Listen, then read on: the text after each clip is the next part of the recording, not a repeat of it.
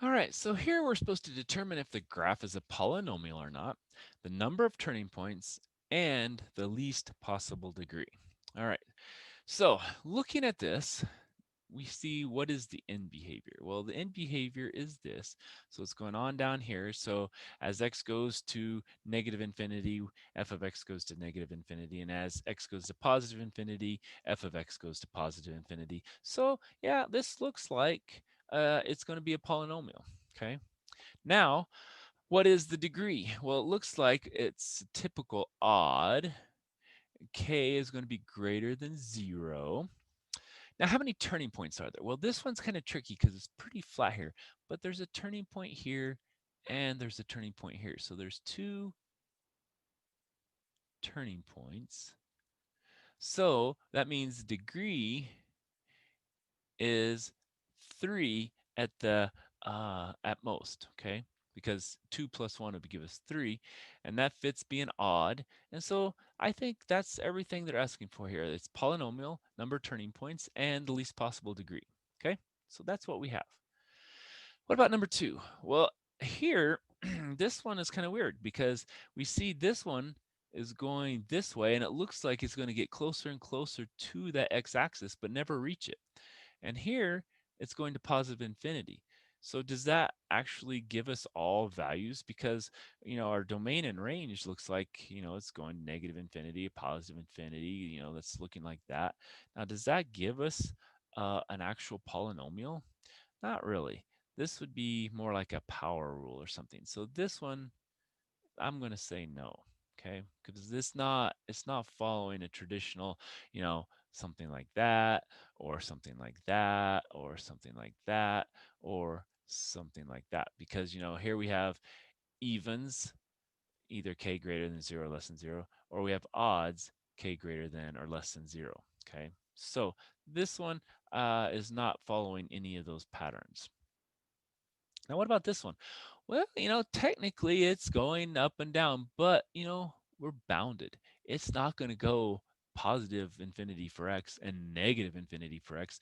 We're bounded by what these asymptotes here are. We can only, you know, stop at that point. So because of that, we don't have a polynomial because with a polynomial, we're going to have all values for x, okay? And this one, we're restricted. So no, uh, domain needs to be all real numbers, basically. Okay. And we're restricted. So that one can't be. All right. What about this one? Well, this one, it looks like it's going, this way and that way. So we have all the values of x, but our key point is right there. Is that a smooth curve? Okay. No, it's not a smooth curve. So because it's not smooth, we have that definite sharp peak there. Then it's not a polynomial. What this one is going to be the absolute value of x. And it's going to be some form of that. It's not actually absolute value because that would be here, but it's some form with some transformations on it. And so this one is not a smooth curve, and therefore it's also not a polynomial. All right, let's look at some applications here. So here the first one says, we have an oil slick expanding as a circle. So, we have some kind of a circle is what we're having. Now, the radius of the circle is increasing at the rate of 20 meters per day. Well, how is the radius? Well, that goes from the center to the edge. Okay.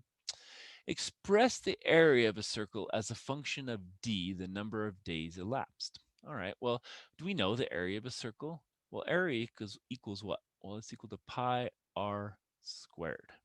Okay. So what do we know here? We know that the circle is increasing at the rate of 20 meters per day. So every day it's going an extra 20 meters. So 1 day equals 20 meters. So 2 days equals 40 meters. And so we're having these basically times number.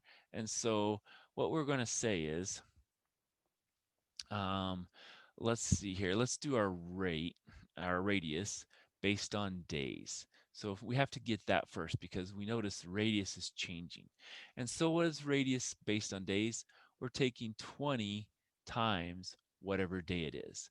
And so, to get to that one, so that day was actually that. So one day was 20 meters, 2 days was 40. So how did we get each day? Well, if we divide by that, it's going to be 20 times whatever day it is. Okay, so that's how we're figuring that. And if we did that one day is 20, here one day is 20, but we had to take it times 2. And so then each day multiplied by 20 gives us some function of radius. So that means we need to now write this in terms of with r sub d. So we need to have a sub d, and that's going to be equal to pi. Now we're replacing r up here with what the rd here is. So that's a 20d squared. Okay, so that's our function r of d times pi, and that gives us what a of d is. Okay, now can we simplify that? Well, sure. That's going to be, well, what's 20 squared? 20 squared is 400 times d squared times pi. So it looks like 400 pi d squared. And that would be our function. Okay. So we had to kind of think about what things were done. So we had to first get a radius because our radius is going to be changing.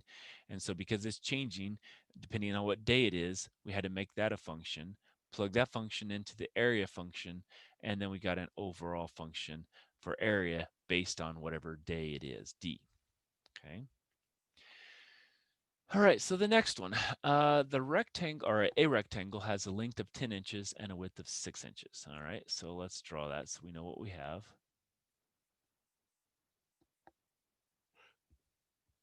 Okay.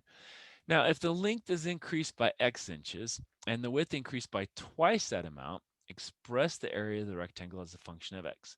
So we're going to increase that by x inches. So we're going to add x here. And here, we're going to add 2 times that, right? All right, so now what do we have? Well, remember, if we're looking for area, what is the area of a rectangle normally?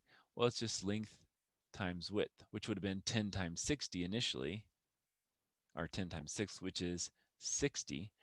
But we're adding some variables in here.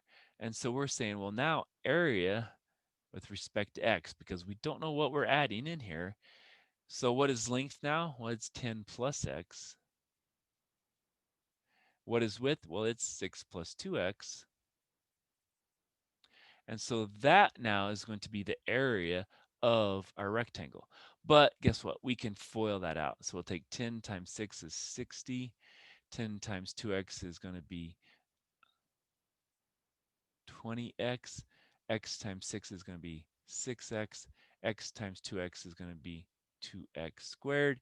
And so a of x written in decreasing order is going to be 2x squared plus 26x plus 60.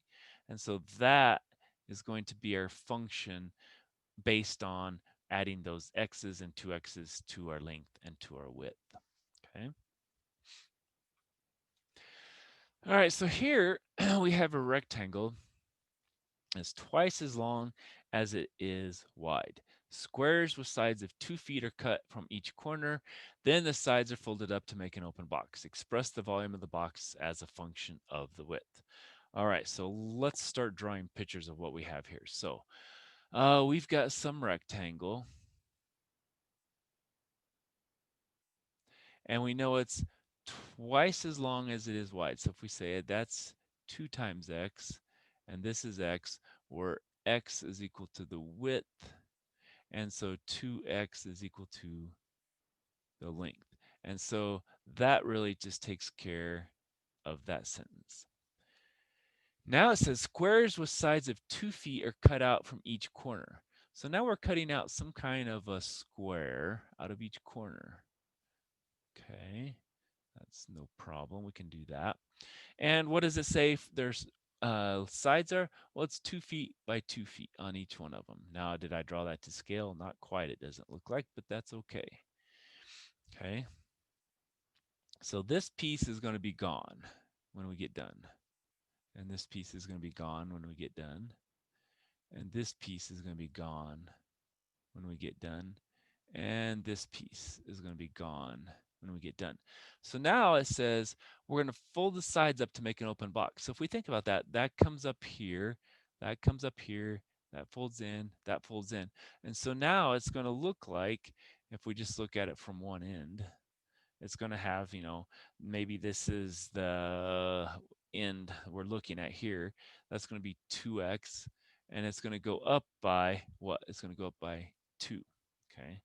Because that is going to be our height. So we're folding this up, and it's going to be a height of 2, it looks like. So that's going to be there. Now that's looking at this end. What if we look at this end? Well, then we're only having half of that, so that's x, and again, that's 2, okay? So now do I dare draw what this actually looks like? So this is going to be the 2x, and it's up by 2, and so what we need to do is get a box kind of to get this volume, and so maybe I'm going to attempt this.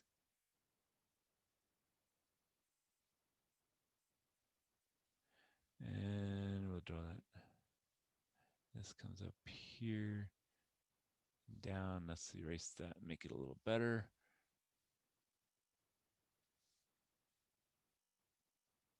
And, we could also put all the dots in here and draw that down and stuff. But what do we have here?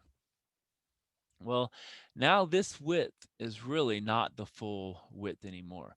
It's 2x